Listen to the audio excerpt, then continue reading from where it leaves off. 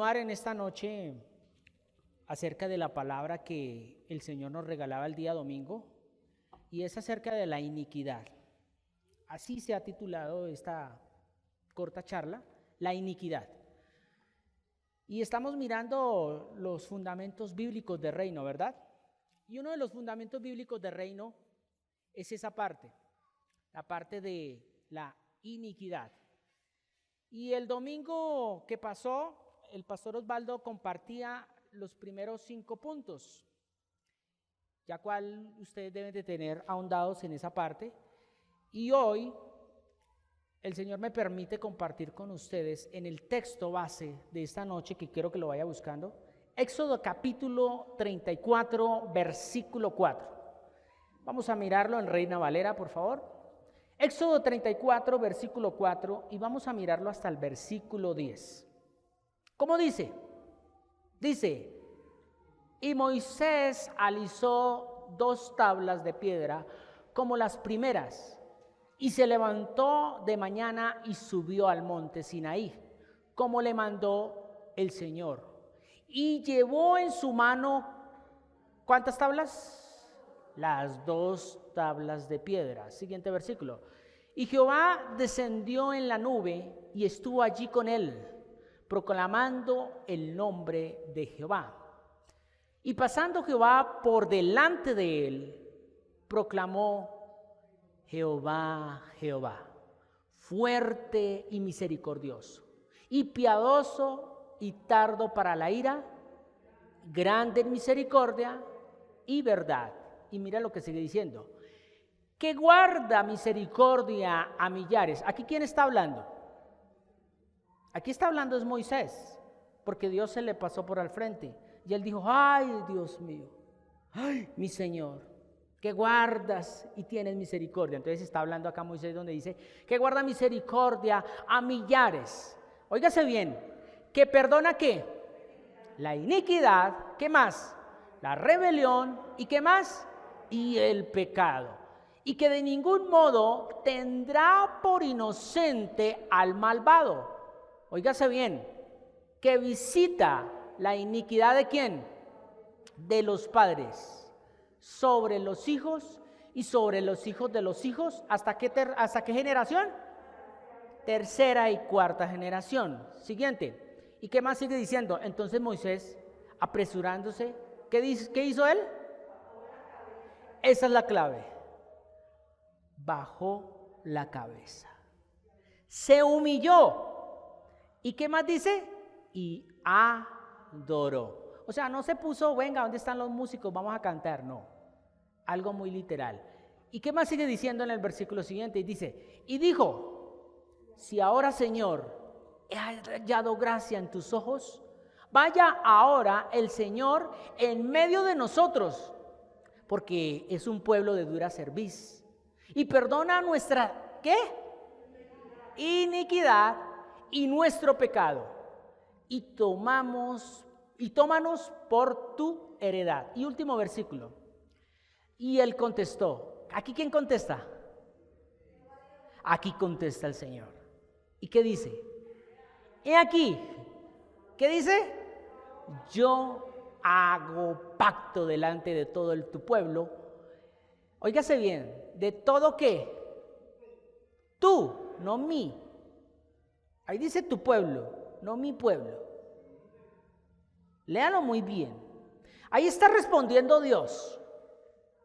Y le está respondiendo a la oración que hizo ¿quién? Moisés. Pero mire lo que le responde Dios. Dice: y le contestó. Aquí contesta Dios: he aquí yo hago pacto delante de tu pueblo, no de mi pueblo. En este entonces del pueblo de Israel. Haré maravillas que no han sido hechas en toda la tierra, ni en nación alguna, y verá todo el pueblo en medio del cual estás tú la obra del Señor, porque será cosa tremenda lo que yo haré. ¿Con quién? Con él, no con el pueblo. No con el pueblo. Entonces, en base a este texto, vamos a mirar 2 puntos en esta noche. El primer punto es la actitud de Dios ante la iniquidad. La actitud. Y el segundo punto que vamos a mirar es la actitud del creyente ante la iniquidad. Entonces, desglosemos esto, porque tenemos frío y necesitamos calentarnos. La actitud de Dios ante la iniquidad. Salmos 32, versículo 5. ¿Cómo dice el Salmo 32, versículo 5? ¿Qué dice? Mi pecado te declaré y no encubrí mi iniquidad. Dije, confesaré mis transgresiones a Jehová. ¿Y qué dice? La maldad de mi pecado. Entonces, el primer punto de esa actitud que tiene Dios ante la iniquidad es que la perdona. Él la perdona. Y vamos a mirar la siguiente parte. Hebreos 8:12. ¿Qué dice Hebreos 8:12? Porque seré propicio a sus injusticias y nunca más me acordaré de sus pecados. ¿Y qué? Entonces el siguiente punto de cómo Dios actúa o tiene esa aptitud ante la iniquidad es que la olvida. El segundo es que la olvida. Y vamos a mirar rápidamente Tito capítulo 2, versículo 14. Tito 2:14 dice, quien se dio a sí mismo por nosotros, ¿para qué? Para redimirnos ¿de qué? De toda iniquidad y purificar para sí un pueblo. Óigase bien, aquí ya dice un pueblo, o sea, el pueblo que iba a ser escogido por Dios. Y purificar para sí un pueblo propio, celoso y buenas obras. Ahí está la clave. Entonces el tercer punto es que Él nos redime. ¿Para qué nos redime? Para ser parte de su reino. Ahorita voy a ahondar en esa parte. Vamos a seguir avanzando. Juan capítulo 16, versículo 8. Mire lo que dice también. Juan capítulo 16, versículo 8. ¿Qué dice? Vamos a leer el 8 y el 9, ¿vale? Dice, y cuando Él venga, convencerá al mundo de pecado, de justicia y de juicio. Versículo siguiente dice, ¿de pecado? Por cuanto no creen en mí. Y siguiente versículo, el 10. Y de justicia, por cuanto yo voy al Padre y no me verás más. Aquí estamos hablando de que el Espíritu Santo de Dios nos convence. Nos convence que para que sigamos en la iniquidad, no. Nos convence que hay iniquidad. Otro de los puntos que quiero mirar es Salmos 68, versículo 18. Salmos 68, 18, ¿qué dice? Subiste a lo alto. ¿Qué dice? Cautivaste la cautividad. Tomaste dones para los hombres y también para los rebeldes, para que habiten entre ellos. Aquí entonces también uno de los sinónimos de iniquidad es cautividad. Nosotros estábamos cautivos. Entonces Él lleva cautivo la iniquidad. Él lleva cautiva la iniquidad. Es el siguiente paso. Y uno de los pasos que la verdad todo creyente debe tener atesorado en su corazón, lo vamos a mirar en Isaías 53, versículo 11. Mire lo que dice Isaías 53, 11. Verá el fruto de la aflicción de su alma y quedará satisfecho por su conocimiento. Justificará a mi siervo justo a muchos. ¿Y qué dice? Aquí estamos hablando del Señor Jesucristo. Entonces, Cristo se lleva nuestra iniquidad. Entonces, tenemos 6 puntos de la actitud de Dios ante la iniquidad. Primero, la perdona. Segundo, la olvida. Tercero, nos redime. Cuarto, el Espíritu Santo nos convence del error, ¿cierto? Quinto, la lleva cautiva. Y sexto, Cristo llevó nuestra iniquidad. Pero yo quiero ahondar en esta noche en nos redime, en el tercer punto de actitud de Dios frente o ante la iniquidad. Óigase bien, Él nos redime. Volvamos otra vez a Tito capítulo 2, versículo 14. Tito 2, 14. Devolvámonos ahí. Tito 2, 14, ¿qué dice? Ahí está es en el tercer versículo, cuarto versículo creo que es. Tito 2, 14, ¿qué dice? Quien se dio por nosotros para redimirnos de toda iniquidad. ¿Y qué dice? Y purificar para sí un pueblo propio y celoso. Óigase bien. La iniquidad, llamémoslo así, es algo espiritual. Es la raíz o una semilla que se pudre, se podría decir. Entendemos que la semilla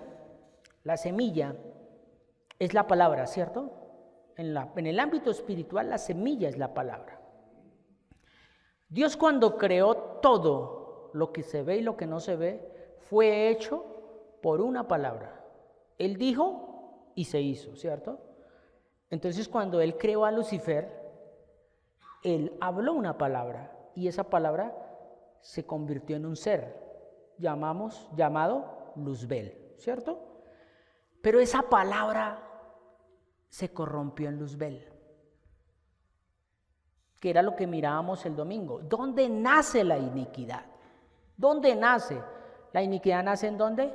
En la eternidad. Al nacer en la eternidad, quiere decir que no hay un tiempo. ¿Escuchan?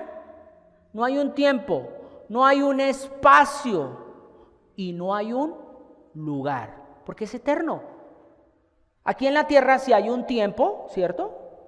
Enero, estamos en septiembre 22, son las 7:34, está lloviendo, hay un tiempo, estamos en un lugar, en un recinto, Faca, Colombia, ¿cierto? Entonces, por eso es que vemos que Dios, ¿cómo tiene la actitud ante la iniquidad? No de Lucifer, en el hombre. Por eso es que Dios tiene misericordia con nosotros. Entonces, ¿qué pasa? Mirando este versículo, yo quiero que miremos rápidamente Juan capítulo 13, versículo 3. Con respecto a este versículo. Juan capítulo 13, versículo 3. Dice, vamos a leerlo hasta el 11. Óigase bien, sabiendo Jesús que el Padre le había dado ¿qué? Todas las cosas en las manos y que había salido de Dios y a Dios iba, mire lo que sigue diciendo. Se levantó de la cena y se quitó su manto y tomando una toalla se la ciñó. Luego puso agua en un lebrillo y comenzó a lavar los pies de los discípulos y a enjuagarlos con la toalla con que estaban ceñidos. Entonces vino a Simón Pedro y le dijo, Señor, ¿tú me lavas los pies? Respondió Jesús y le dijo, lo que yo hago, tú no lo comprendes ahora, mas lo entenderás después. Pedro le dijo, no me lavarás los pies, jamás. Jesús le respondió, si no te lavare, ¿qué dice? Ay, mira lo que sigue diciendo. Le dijo Simón, bueno, está bien, listo, Señor. No solamente los pies entonces, sino también las manos y la cabeza, mejor dicho, écheme una enjuagada completa.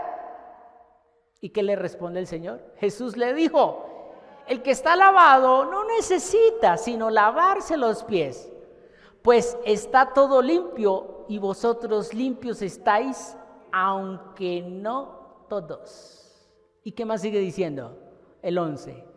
Porque sabía quién le iba a entregar, por eso dijo, ¿qué dice? no estáis limpios todos. Rápidamente busquen ahí Levíticos capítulo 16, versículo 16. ¿Quién escribió Levítico? Moisés, ¿cierto? Es uno de los libros del Pentateuco. Y mire lo que dice con respecto a lo que Jesús estaba haciendo con los discípulos. Así purificaré el santuario a causa de la impureza de los hijos de Israel, de sus rebeliones y de todos sus pecados. De la misma manera haré también al tabernáculo de reunión, el cual reside entre ellos en medio de sus impurezas. ¿Entienden por qué Jesús dijo, si no lo hago, no tendrás parte? O sea, él dijo, yo tengo que limpiar el tabernáculo.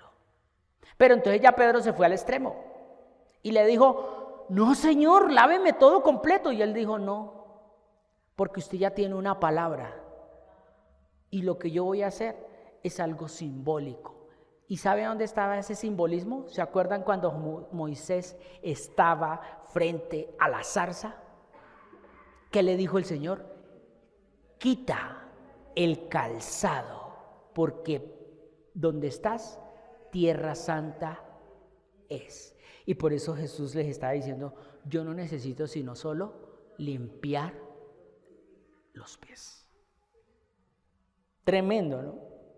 Entonces, cuando habla de redención acerca de la iniquidad, porque estamos mirando detalladamente solo ese punto, es porque el Señor, primero que todo, mire, quiere purificar su santuario. ¿Cuál es el tabernáculo? Entonces, ahí es donde vamos a mirar algo. Vamos a mirar algo. La iniquidad, ¿dónde está? La rebelión, porque acá habla de rebelión, ¿dónde está? ¿Y el pecado dónde está? Muy bien. Pero vamos a mirarlo justificando con la palabra, no porque lo hayamos escuchado de una prédica o lo hayamos escuchado de un predicador o lo hayamos escuchado acá, sino todo tiene que ir sustentado con la palabra. Óigase bien, póngale cuidado a esto. La iniquidad está en el espíritu porque nace ¿en dónde? En la eternidad. Entonces, si está en el espíritu es porque hay una semilla. Lo que pasa y sucede es que esa semilla, si no se le pone total atención, esa semilla se pudre y al podrirse, ¿qué produce? Raíces. Y esas raíces van a producir un árbol de fruto malo. Por eso dice que una buena semilla no da frutos malos, ¿cierto? Un buen árbol no da frutos malos. Entonces, con respecto a esto, por eso es que el Señor estamos hablando de la iniquidad, o sea, de la raíz, no del fruto. O sea, estamos hablando no del pecado, y mucho menos de la savia. ¿Sí saben cuál es la savia? La rebelión. Esa savia va por todo llamémoslo así, por todo la parte del árbol, llamémoslo así, hasta llegar a las flores, las ramas, ¿cierto? Y eso va a producir un fruto. Entonces, con respecto a eso, yo quiero que vamos a mirar algo. Moisés, óigase bien, Moisés es la sombra de Jesús. Entonces, si es la sombra de Jesús, usted imagínese a Jesús. Porque Moisés, ¿qué hizo? Muchas cosas, prodigios, milagros, sanidades, ¿cierto? Pero era la sombra. Vamos a ponerlo aquí relativamente en lo personal. Yo estoy acá y yo estoy hablando y yo puedo mover, yo puedo quitar, yo puedo hacer, ¿cierto? Imagínense mi sombra haciendo eso. Imagínense mi sombra haciendo eso, ¿cierto? Yo callado y mi sombra haciendo eso. ¿Se acuerdan de un texto bíblico que decía que la sombra de Pedro pasaba y sanaba? O sea, sanaba. Imagínense, Moisés es la sombra de Jesús. Entonces imagínense cuán poderoso es nuestro Señor Jesús. Porque si la sombra, que es Moisés, hizo prodigios, señales, abrió el mar, descendió fuego, comida, imagínese cuánto más nuestro Señor Jesús. Entonces, viendo eso, la iniquidad, rebelión y pecado, la rebelión es lo que el Señor decía, ¿de dónde salen las guerras? Los pleitos, las divisiones, los celos, ¿de dónde salen? Del corazón. Y corazón traducido es mente. Y mente es alma. ¿Y en el alma qué hay? Sentimientos, emociones, deseos y voluntad. Por eso es que Eva fue cautivada desde los sentimientos. Entonces, ¿qué vino en los sentimientos de Eva? Rebelión. ¿Qué vino en el sentir, en el desear, en el pensar y en el hacer? Rebelión. Se rebeló. No sé si ustedes se acuerdan, pero anteriormente, cuando no existían los celulares con cámaras, sino que eran cámaras y unos rollos, uno tomaba fotos y tales y chévere, pero no las podía ver en su momento. Tocaba esperar, ir a un lugar determinado, pagar y esperar unos días o unas horas para que me entregaran el contenido de esa revelación. A ver cómo quedaron las fotos. A veces las fotos quedaban más feas. Uno pagaba por unas fotos tan feas. Esos ojos rojos que parecían monstruos. ¿Se acuerdan? Que uno decía, uy, me costó que 20,000 pesos y esas fotos todas feas. Unas fotos que a veces se tomaban de aquí para abajo. ¿Cierto? Así nos pasa a nosotros como cristianos. Así nos pasa a nosotros como supuestamente iglesia. Porque la iglesia es una sola. Es una sola. ¿Y está esparcida por todo el mundo? Sí. Pero la iglesia es una sola. Me refiero a ellos, a nosotros, me incluyo, que nos hacemos llamar iglesia. Hacemos una cosa y pagamos y hacemos lo que sea, y después cuando venga la revelación de eso, nos va a dar pena, porque tenemos los ojos rojos, pero no de fumar, sino de pronto de, como dice el pastor, fumar marihuana espiritual. Entonces, por eso es que la rebelión está en el alma. Y ahí es donde se revela lo que usted verdaderamente es. El ser, saber y hacer. Ahí se revela todo. Pero entonces la iniquidad, como está en el espíritu del hombre, esa iniquidad le da fuerzas a esa rebelión. ¿Para qué? Para que pase lo que normalmente dice el apóstol Pablo en Romanos capítulo 8.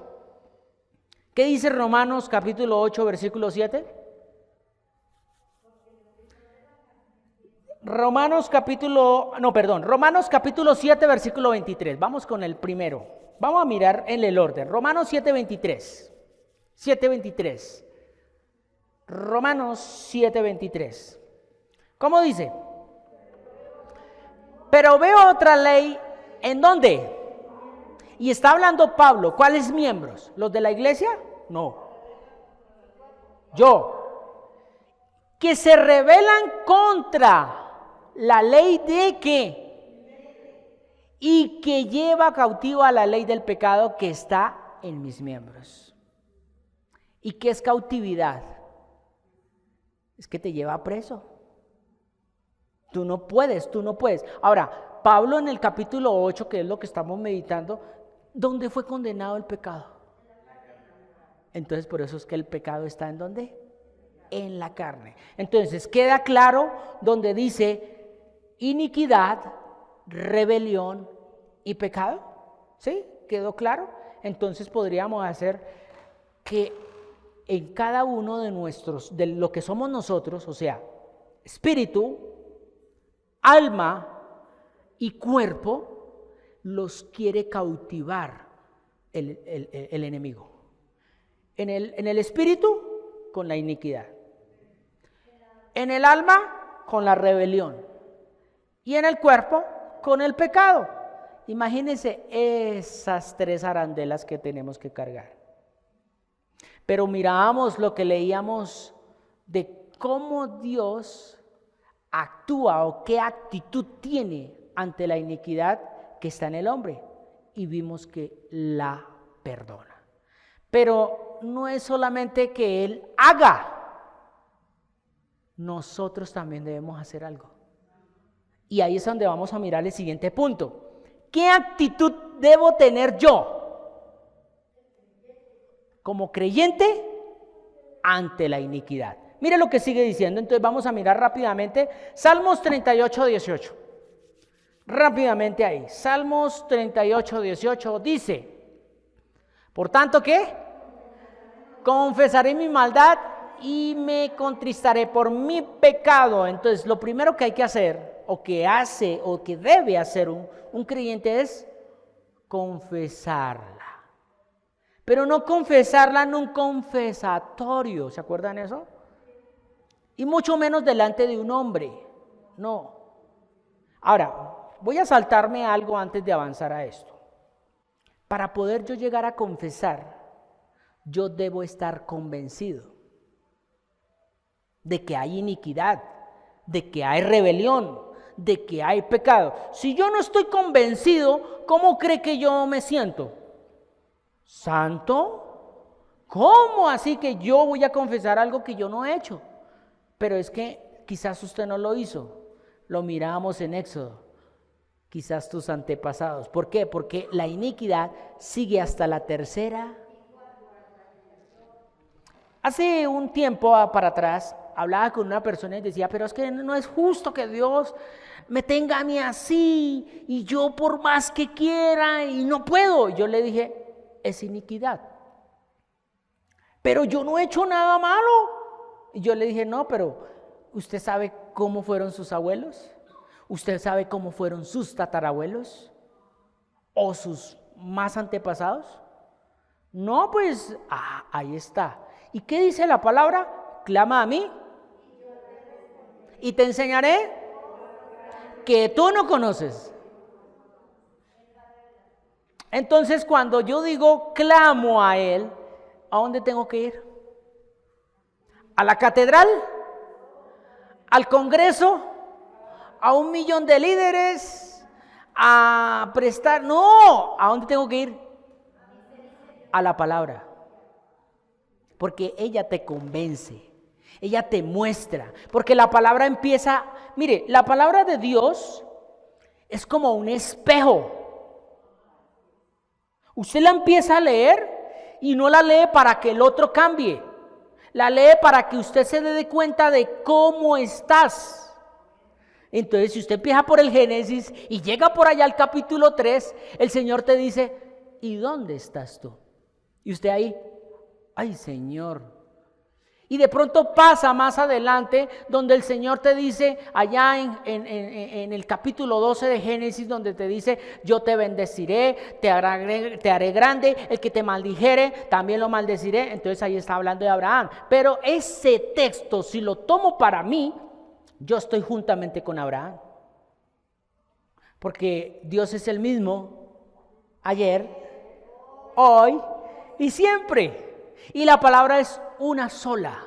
Cuando yo me apropio de la palabra, sencillamente Dios me habla. Así de fácil.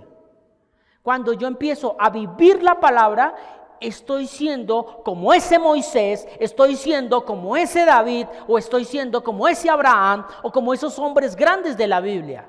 Cuando yo me apropio de la palabra. Porque es que mira, muchos de lo que está sucediendo hoy en día es porque el creyente no se quiere apropiar de la palabra, pero sí quiere tener casa, carro, beca.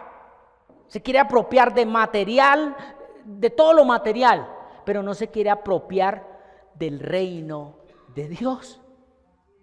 O sea, ay Dios mío, vea, quiere apropiarse de las migajas que caen de la mesa. Y no quiere apropiarse del pan que da vida. ¿Quién es? El Señor lo dijo, ¿no? Yo soy el pan que descendió del cielo.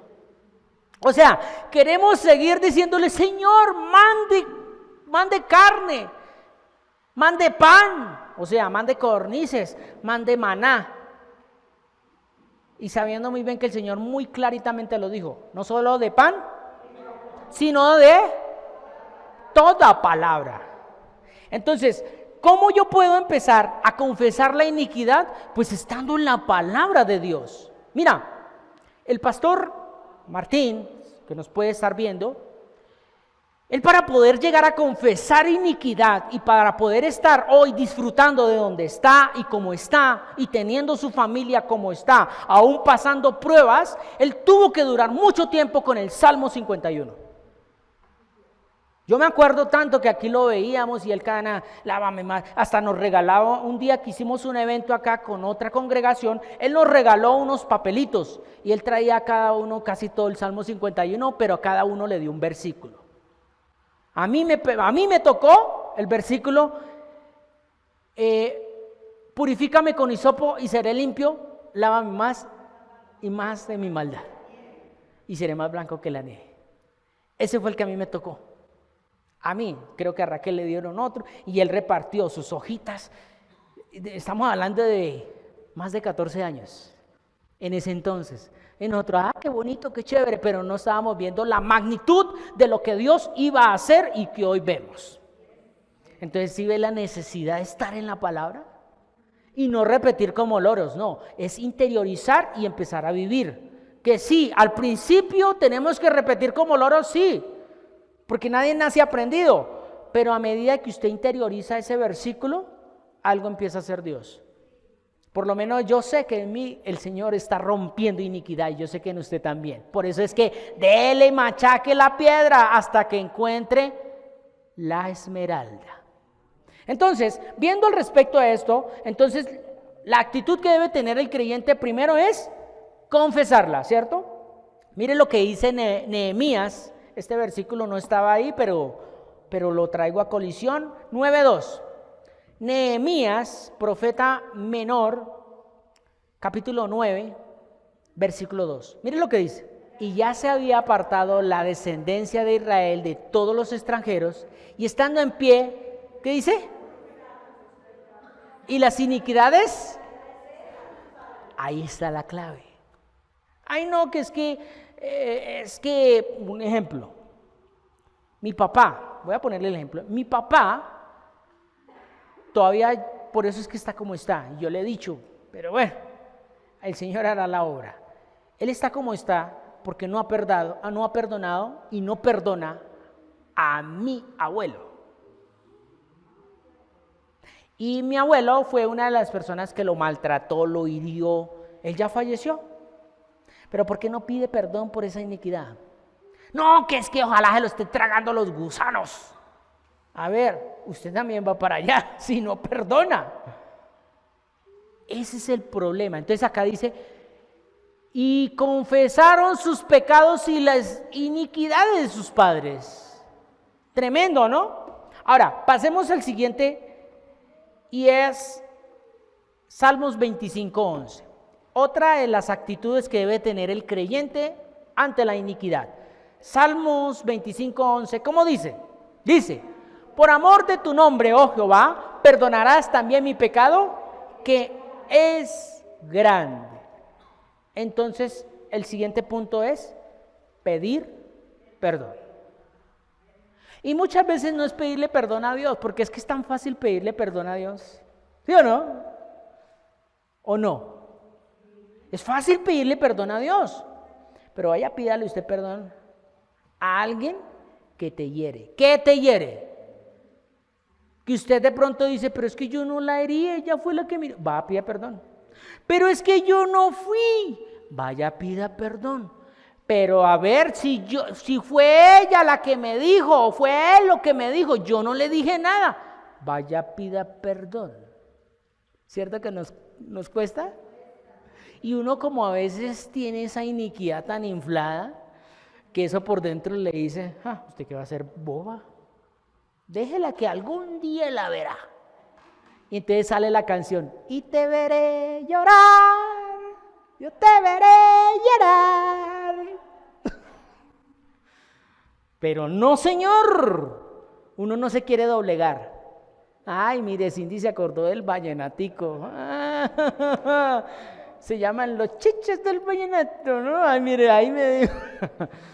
Cuando tú traigas una ofrenda al altar y si te acuerdas o el Espíritu Santo te recuerda que tienes algo contra alguien, deja tu ofrenda. Él dice, no dice llévesela, no, dice déjela, pero para que sea más efectivo, vaya, busque a esa persona y reconcíliate con tu hermano. Porque a paz nos llamó el Señor, dice la palabra, ¿cierto?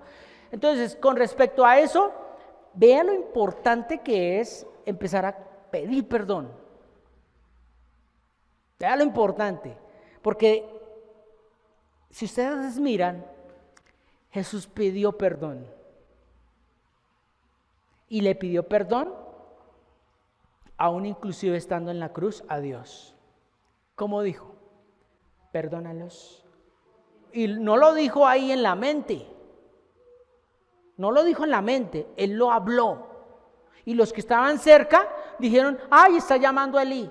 ¿Se acuerda? Que dijo, la Basabatani, algo así dijo. Así que dijeron, está llamando a Elías. No, él estaba hablando fuertemente en el idioma que Dios le estaba permitiendo hablar en ese momento y estaba pidiendo perdón por toda la humanidad. Entonces, ese es el segundo punto. Primero, confesarla. Segundo, pedir perdón. Y mire este último punto. Segundo de Timoteo, capítulo 2, versículo 19. ¿Cómo dice? Pero el fundamento de Dios está firme, teniendo este sello. Conoce, ¿cómo dice? El Señor a los que son suyos. ¿Y qué dice? Apártese de iniquidad todo aquel que invoca el nombre de Cristo. Entonces, uno de los terceros puntos y de la actitud que debe tener el creyente es apartarse de la iniquidad. Apartarse de la iniquidad. Aquí a muchos nos cuesta. Yo podría decir que el 98.9, por no decir el 99, de nosotros como creyentes, nos es complicado desarraigarnos de ese mal. Pero ¿sabe por qué nos cuesta? Porque no queremos morir al yo. Porque es que ese yo está tan lleno de conocimiento, de ciencia, que simplemente nos lleva a razonar las cosas. ¿Qué es razonar? La culpa la tiene él. Ejemplo, Adán se excusó en Eva, ¿sí o no? Y Eva se excusó en la serpiente. Y la serpiente en el árbol. No, mentiras. Entonces, démonos de cuenta cómo es que siempre hemos andado con la iniquidad y aún nos congregamos. Y esa parte es la que muchas veces no nos deja avanzar al pleno conocimiento. Mire, a este tiempo el Señor quiere activar dones, quiere activar muchas cosas dentro de la congregación Comunidad Cristiana Camino de Vida Plena. Pero no va a activar eso hasta que nosotros reconozcamos quiénes verdaderamente somos. Nosotros somos orgullosos, somos muy prepotentes, creemos saberlo todo, yo por lo menos, cuando a veces necesitamos trabajar en equipo, darnos la mano, darnos una palabra de aliento, motivarnos los unos a los otros, llenarnos de ¿qué? De esa compasión por el caído.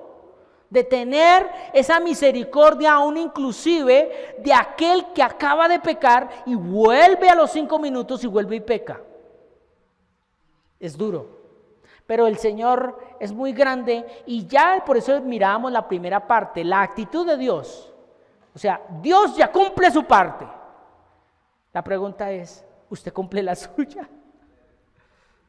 Porque ya Dios cumplió la parte de Él.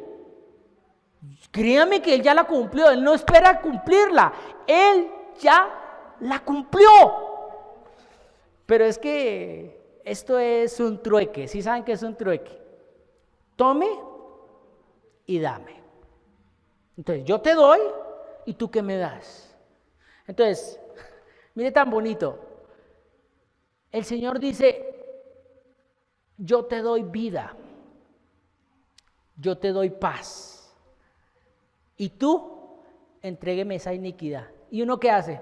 Ay no, Señor, es que con esta me defiendo, es que con esta yo no me dejo. Es que con esta yo tengo mi escudo y me puedo defender. Y el Señor que le dice, no, vea, yo le voy a entregar paz que sobrepasa todo entendimiento. Te voy a entregar un gozo, no un placer, ¿sí o no? Un gozo. Te voy a dar vida y no cualquier vida, sino vida en abundancia. Y tú simplemente entrégueme la iniquidad. Y uno dice, bueno, pues es que si se la entrego, el de la esquina empieza a montármela y de pronto mis hermanos, ahí vamos en el proceso, Señor, ahí vamos, yo le voy entregando de a poquito. Entonces el Señor le dice, entonces cuando tú me la entregues, yo hago efectivo esa vida en abundancia, esa paz que sobrepasa todo entendimiento y sobre todo ese gozo. Entonces por eso es que vivimos a veces tan amargaditos, nos enfermamos sin querer. Eso no quiere decir que un hijo de Dios no se enferma. Sí, un hijo de Dios se enferma, pero cuando de pronto es porque el momento. Pero a veces vivimos enfermados, achacados por algo. Yo le he dicho a alguien por ahí, mire, puede ser que no sea iniquidad, porque Pablo dice que él cargó con un aguijón, ¿cierto? Pero Pablo nos deja muy claro que él tenía 2 luchas. Él decía, una cosa pienso con esta y otra quiero hacer con esta. Él mismo lo dijo. Él dijo, ese es mi aguijoncito. O sea, él decía, ahí está esa cosita que todavía... Pero Dios lo utilizó grandemente, porque los dones son irrevocables, así como lo hizo con Moisés. Pero yo creo que esta noche el Señor, ya para terminar, nos quiere hacer reflexionar que no nos vayamos de esta tierra sin haber confesado esa iniquidad. Y termino. La iniquidad es una enseñanza torcida o desviada, lo que llamamos awen. ¿Se acuerdan que el domingo nos expusieron eso? Awen, torcido. ¿Está torcido de qué? De la verdad. Si es una enseñanza, es porque fue una semilla. Porque la semilla es una enseñanza. Óigase bien. Si es una enseñanza, es porque fue una semilla. Porque la semilla es una palabra. Y esa palabra se fundamenta. Por lo tanto, si la semilla se ha dañado, es porque se ha desviado y está siendo nutrida con la mentira. Ahí está la iniquidad. Por eso el Señor Jesucristo, y con esto termino, dijo, antes de que Él venga, en los postreros días, está en Mateo 24, se multiplicará ¿qué? La maldad. Y maldad sinónimo es iniquidad. Y por eso el Señor dijo, no todo el que me va a decir, Señor, Señor, va a entrar. Pero es que hicimos milagros, pero lleno de iniquidad. Y si acuerda el versículo que leíamos de Levíticos comparado con Jesús, que Jesús dijo, si yo no te lavo, no tienes parte. ¿Sí ve Belén? Y uno dice, ¿qué hay que hacer?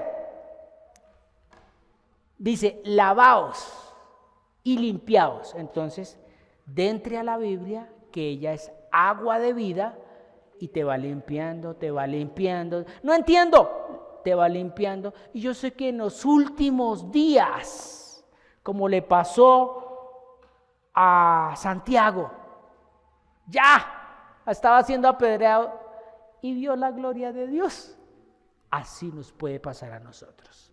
No que nos cojan a piedra, pero sí en un momento ya terminal donde te dicen, tú ya, la verdad ya no hay más, bueno, gloria, ahí, ya usted ya para expirar ve la gloria de Dios. Pero para eso Dios nos ha dado vida, para que empecemos desde ya a trabajarle. Dios nos siga fortaleciendo, pongámonos sobre nuestros pies. Por eso vamos a decir que si Jehová no edifica la casa que es esta mente, en vano trabajan los que la edifican. Y si el Señor no guarda esa ciudad que es nuestro corazón, el eje principal de la vida, dice, en vano vela la guardia. Por lo demás es que me levante temprano, que yo vaya muy tarde a reposar, que coma un pan de dolor y que, pues que a su amado, ¿qué dice? Dará Dios el sueño. He aquí, herencia del Señor son los hijos, y cosa de gran estima el fruto del vientre. Y como saetas en manos del valiente, así son los hijos, habidos en la juventud. Bienaventurado el hombre que llena su aljaba de ellos, pues no será avergonzado cuando hablare con los enemigos en la puerta. Gracias, Señor.